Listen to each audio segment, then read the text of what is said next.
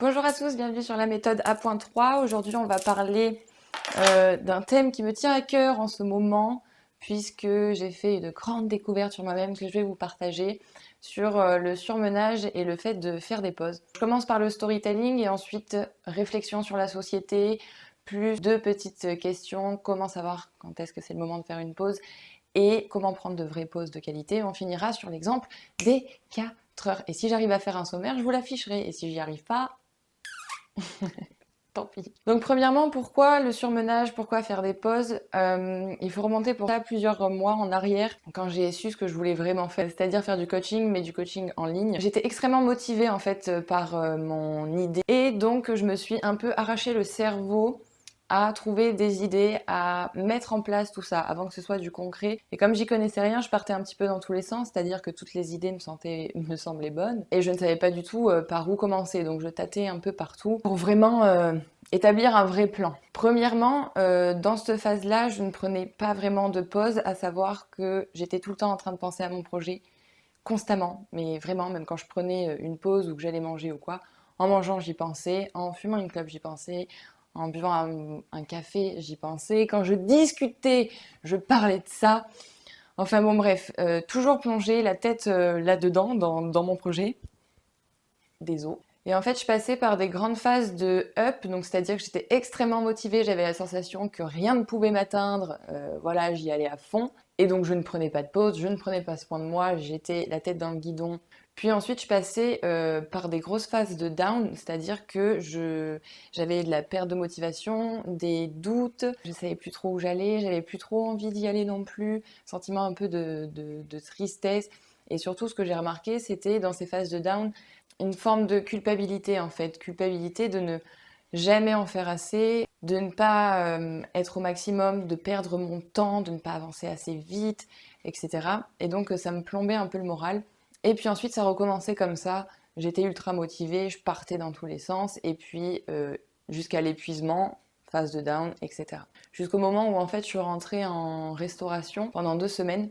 Donc 2 semaines c'est relativement court, mais c'est clairement ce qui m'a achevé, ce qui m'a terminé. C'est-à-dire que je faisais mes services et entre chaque service et à la fin de chaque service, je travaillais sur mon projet. Donc en soi c'est bien parce que je me laissais pas abattre par les circonstances de la vie. Mais d'un autre côté, j'ai vraiment oublié ma personne.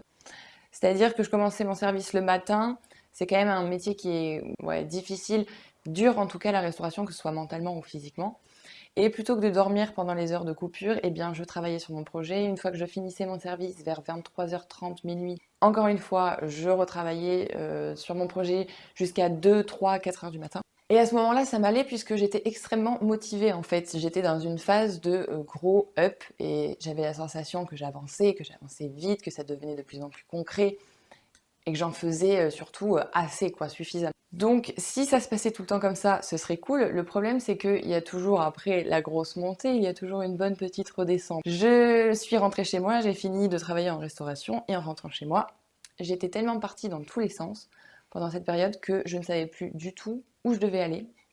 Pourquoi? J'avais des doutes, j'avais des peurs, j'étais un peu voilà, perdue, et j'avais ce sentiment surtout de tristesse en fait, un peu comme une petite déprime passagère. Au final, rien de grave, mais en temps normal, j'aurais lutté contre ça, c'est-à-dire que je me serais forcée, j'aurais culpabilisé, voilà, je me serais forcé la main pour continuer de travailler en fait et d'en faire et d'être productive, toujours active et productive. Le truc c'est que cette fois-ci, exceptionnellement, j'ai décidé d'écouter mon corps. C'était plutôt une bonne idée puisque j'ai compris qu'en fait lutter ne servirait à rien à part à m'épuiser encore plus, et que si mon corps m'envoyait des signaux de déprime, de flemme, de fatigue, d'insomnie, de stress, c'est peut-être que justement je devais faire une pause. Et c'est ce que j'ai décidé de faire. Donc j'ai pris tous mes projets, je les ai mis de côté, je me suis concentrée, on va dire, sur ma famille et sur moi. Donc j'ai pris une vraie pause, un vrai break. Et du coup, le fait de ne plus avoir mon esprit concentré sur mes projets, j'ai pu réfléchir différemment et comprendre surtout beaucoup de choses par rapport à mes phases de grande motivation et de gros down, par rapport à la façon que j'avais de travailler, la façon que j'avais de prendre des pauses aussi. Et donc là, mine de rien, on en vient à la société. Je ne veux pas rejeter la faute sur la société, mais bon, disons qu'elle y participe grandement. Vous n'êtes pas sans savoir qu'aujourd'hui on est dans une société qui est productive, proactive, où il faut toujours faire plus, produire plus, consommer plus, toujours plus, quitte à s'oublier soi-même.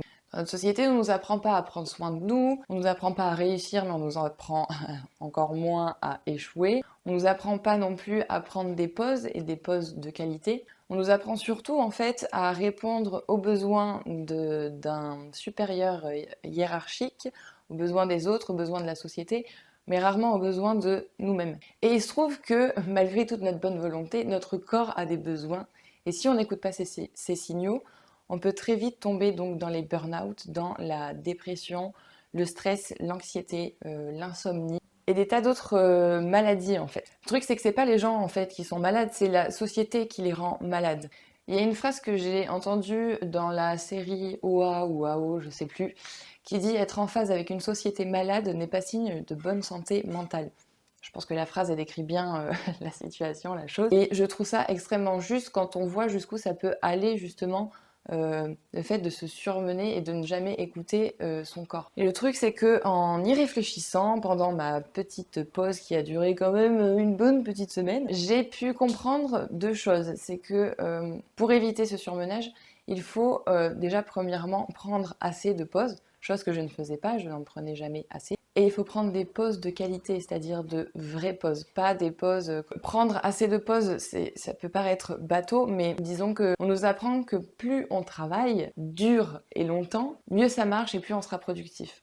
Alors qu'en fait, c'est exactement contraire à la productivité, puisque plus on travaille dur, moins on a d'énergie, moins on est attentif, et moins notre travail est de qualité finalement. Et le truc, c'est qu'on a un peu cette comment dirais-je, culpabilité, on va dire. Je sais pas si vous avez déjà entendu, quand vous partez en vacances ou que vous prenez des pauses, on vous dit, oh bah ça va, tu te la coules douce, tranquille. Et ça, ces petites réflexions, ça dénote bien qu'il y a vraiment un problème. C'est que si tu prends du temps pour toi, c'est que t'en as besoin et que ça t'est forcément bénéfique. Tu prends du temps tranquille, tu kiffes. Et du coup, ces petites réflexions, ça peut amener à se culpabiliser et se dire, bah ouais, effectivement, je suis là en train de prendre du temps, mais j'ai des choses à faire à la maison, j'ai les petits, mais j'ai du travail qui m'attend, etc.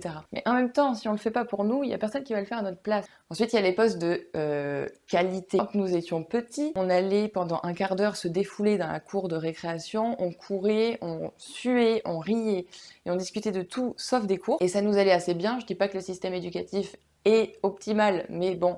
Et entre-temps, on a grandi, donc collège, lycée, études supérieures, ou bref, le travail. Et on a troqué nos cours de récréation contre du café à la machine à café avec les collègues, à part les boulots, évidemment. Contre, du coup, une clope qui détermine le début et la fin de la pause. Contre, et ça, je pense que c'est le pire, le téléphone qui, du coup, détermine aussi le début et la fin de la pause, puisque une fois que le fil d'actualité est vu et revu et que les notifications ont été triées, etc., bah c'est bon, la pause est terminée, on peut retourner au travail. Le problème, c'est que ça, ce sont pour moi des pauses grises, c'est-à-dire qu'une pause, rappelons-le, c'est quelque chose qui est fait pour se détendre, repartir travailler, l'esprit plus léger, moins stressé, enfin bref, dans des conditions optimales. Tout ce qui est café et cigarette, ça stresse et ça déconcentre. Donc si à chaque pause vous buvez un café, vous fumez une clope, et qu'en plus de ça, vous scrollez sur votre téléphone, je vous dis, c'est vraiment pas optimal. Le téléphone, et c'est pour ça que je dis que c'est le pire, c'est que ça nous a rempli le cerveau d'informations, à 99% complètement inutiles et futiles, ce qui fait qu'on va retourner au travail avec encore plus d'informations que quand on est parti en pause. Et c'est pas le but, finalement, d'une pause. Et donc ça, sans s'en apercevoir, c'est devenu une nouvelle habitude. Et là, vous vous posez peut-être deux questions, et si c'est pas le cas, je vais les poser moi-même. Comment savoir quand c'est le moment de prendre une pause, et comment prendre de vraies pauses, des pauses de qualité? Eh bien, sachez, premièrement, qu'on a un corps formidable qui nous envoie des signaux au moindre petit souci et que ces signaux ne sont pas à ignorer. S'ils sont là, c'est bien pour quelque chose. Comme son nom l'indique, signaux, ça vous signale. Je vous ai retenu 4 signaux du besoin de faire une pause ou d'un potentiel surmenage. Donc le premier signal, ça va être les bâillements. Si vous bâillez, c'est que vous avez faim, soif, que vous vous ennuyez ou que vous êtes fatigué. Dans tous les cas, si ça fait 2 heures que vous êtes sur une même tâche, sachez que si vous bâillez, c'est que c'est le moment de décrocher et de faire autre chose. Notre cerveau, il n'est pas fait, et même notre corps en général, n'est pas fait pour accomplir une même tâche pendant un temps indéterminé, à fond, ultra concentré. Donc si vous bâillez, c'est que c'est le moment de prendre une pause. Les douleurs physiques, donc ça, tous ceux qui sont trop longtemps debout ou trop longtemps assis, lorsque vous avez des douleurs physiques, c'est le moment pareil de prendre une pause. Votre corps vous vous dit juste que vous n'avez pas la bonne posture ou qu'il en a juste marre d'être dans cette position. Donc changez. la perte d'attention. Donc ça va être quand ne serait-ce que le bruit d'une mouche vous déconcentre, vous distrait de la tâche que vous avez à accomplir. Encore une fois, si ça fait 1h30, 2 heures que vous êtes sur une même tâche, que c'est compliqué, si vous avez une perte d'attention, c'est normal. Et rien ne sert de lutter et de vous forcer et à vous focaliser dessus, parce qu'en fait, ça va vous donner une sensation de difficulté en fait à accomplir quelque chose, alors qu'en réalité, tout ce que vous avez à faire, c'est prendre une pause et y retourner plus tard, plus concentré, plus performant. Et ça va être la confusion, donc c'est surtout pour le surmenage et au milieu de la journée ou voilà, périodiquement. La confusion, c'est quand vous êtes sur tous les fronts en même temps, que vous avez une tonne de choses à faire, que vous savez plus du tout où vous devez aller, que vous êtes en soi paumé. À ce moment-là, encore une fois, ça ne sert à rien de vous dire bon bah tant pis, je vais par là et je verrai bien. Vaut mieux se poser, prendre du recul et faire une pause. Donc ce qu'il faut retenir de tout ça, c'est que si votre corps vous parle, ne luttez pas, écoutez-le. Ensuite, dites-vous, rappelez-vous que le corps n'est pas fait pour se concentrer sur une même tâche indéfiniment, et ce, toute la journée. Ou même, il n'est pas fait pour enchaîner les tâches sans prendre de pause, sans prendre de temps pour lui. On n'est pas des machines, on n'est pas des robots. Donc voilà, faut prendre soin de soi, faut savoir s'arrêter aussi de temps en temps, puisque sinon vous allez arriver justement au surmenage, au trop-plein et à péter un câble sur tout le monde pour rien, enfin pour rien, juste parce que vous avez accumulé trop de stress, trop de pression finalement. Donc la deuxième question, encore une fois, je vous ai noté des petits remèdes, on va dire ça comme ça.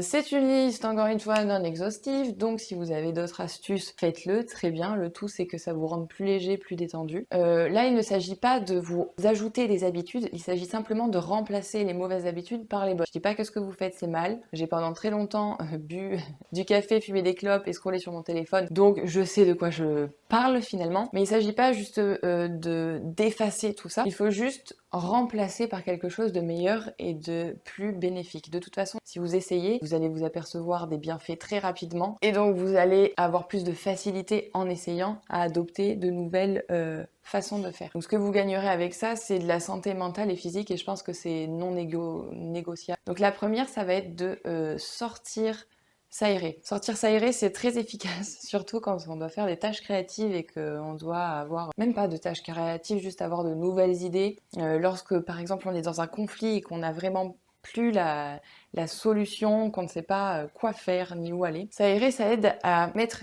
une limite, une barrière entre ce que vous étiez en train de faire et ce que vous faites maintenant. Autre chose, c'est que quand on est confiné dans un même endroit, l'air n'est pas le même. Premièrement, on sent pas le vent, on n'a pas forcément les rayons du soleil qui nous touchent directement.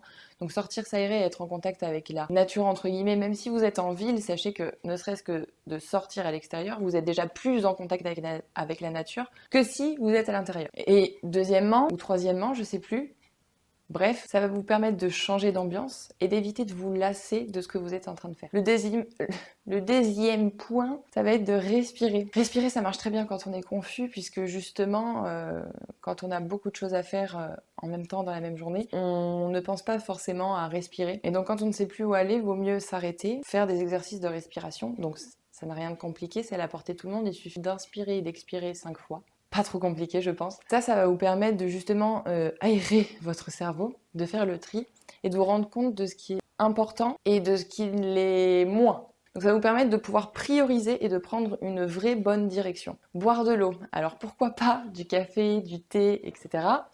ou des boissons énergisantes, simplement parce que, je le rappelle, le but d'une pause est de se détendre. Putain. Donc je le rappelle, le but d'une pause est de se détendre et tout ce qui est thé, café, boisson énergisante, ça a l'effet complètement inverse. Alors on pourrait croire que ça concentre, alors qu'en réalité ça vous fait juste un pic de stress qui vous motive à travailler et être à fond dans ce que vous faites. Mais ce pic, cette fausse concentration, elle ne dure qu'un quart d'heure. Au bout du compte, vous allez être stressé pendant 2, 3, 4 heures pour une concentration d'un quart d'heure, ça vaut pas le coup. Le meilleur moyen d'être concentré, c'est de boire de l'eau. Je sais pas si vous êtes au courant, mais le meilleur ingrédient dans le café et dans le thé, ça va être l'eau chaude. Donc plutôt que de vous faire chier à vous faire couler un café ou un thé, buvez de l'eau. L'eau, ça, déjà, c'est très bon pour la peau, pour la circulation du sang et pour la digestion, mais en plus, ça réduit la fatigue et ça vous aide à vous concentrer. Un cerveau bien hydraté, c'est un cerveau qui sera plus productif. Donc buvez, priorisez plutôt l'eau que le café et le thé. Je dis pas, vous pouvez boire 1 ou 2 cafés par jour, et encore, je trouve que 2, c'est déjà trop. C'est sûr que si à chaque fois où vous prenez une pause, vous buvez un café, vous risquez d'être surtendu, surstressé dans votre journée. Faire des activités calmes. Alors ce que j'entends par activité calme, c'est déjà quelque chose qui n'a rien à voir avec ce que vous étiez en train de faire. En tout cas pour moi, le dessin, l'écriture, la méditation, écouter de la musique calme ou faire du sport. Faire du sport, je le mets dans une activité calme, puisqu'à la fin de votre session de sport, vous vous libérez de l'endorphine, ce qui vous apaise et vous procure une sensation de plaisir et de bonheur. Les activités calmes, ça va ralentir votre rythme cardiaque et donc forcément, vous allez être moins stressé, moins sujet au stress et donc plus détendu. Ensuite, il y a le fait de s'étirer, donc très bien quand on est toujours debout ou toujours assis. S'étirer, ça permet d'avoir un corps plus léger, on se sent moins bloqué, on va dire. Et quand je dis s'étirer, ça va être se pencher en avant pour détendre le dos, lever les bras pour détendre pareil les épaules, etc. Mais aussi, si vous êtes souvent devant un ordi, massez-vous les yeux, le visage, le crâne, la tête, la nuque.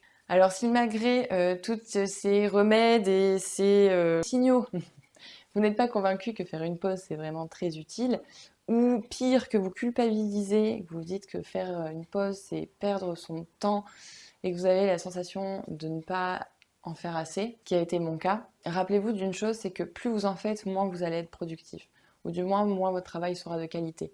Donc ça, c'est une phrase à vous répéter. Si vous entendez les signaux et que vous avez une petite tendance à vouloir lutter, répétez-vous cette phrase. Plus j'en fais, moins je suis productif. Et pour imaginer tout ça, j'ai l'exemple des 4 heures. Donc disons que dans les deux situations, vous avez une tâche à accomplir et cette tâche, vous allez la finir au bout de 4 heures. Dans les deux cas, la tâche est accomplie. Sauf que dans la première situation, vous allez travailler les 2 premières heures et au bout de 2 heures, vous allez ressentir les premiers signaux. Donc le bâillement, peut-être de la confusion.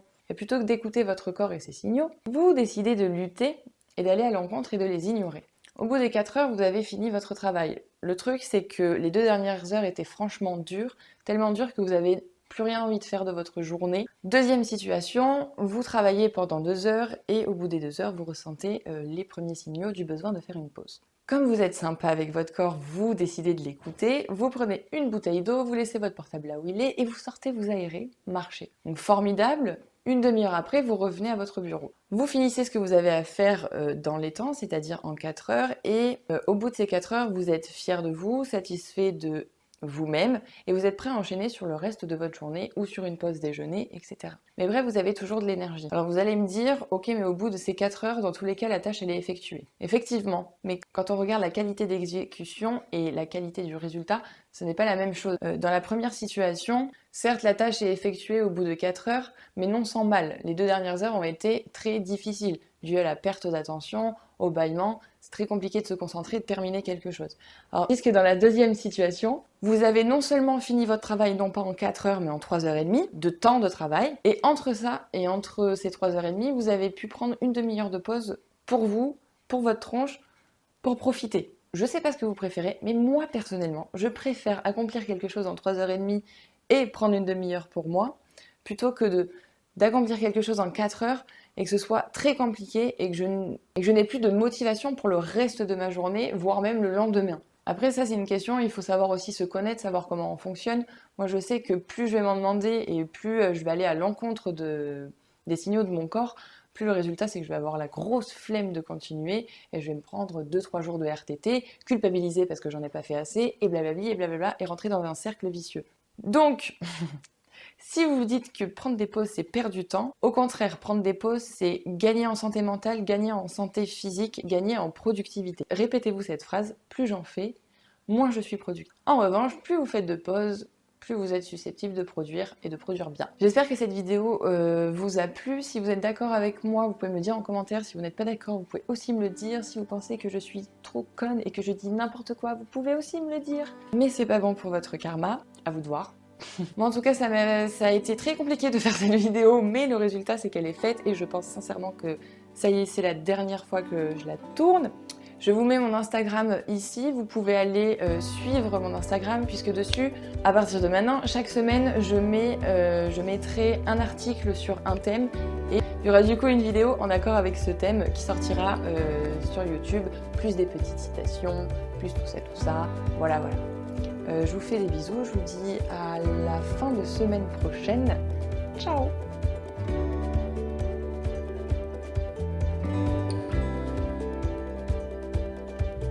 Du coup, une vidéo en accord...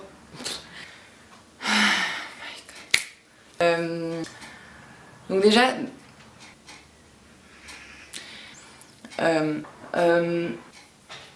Comment je pourrais dire ça?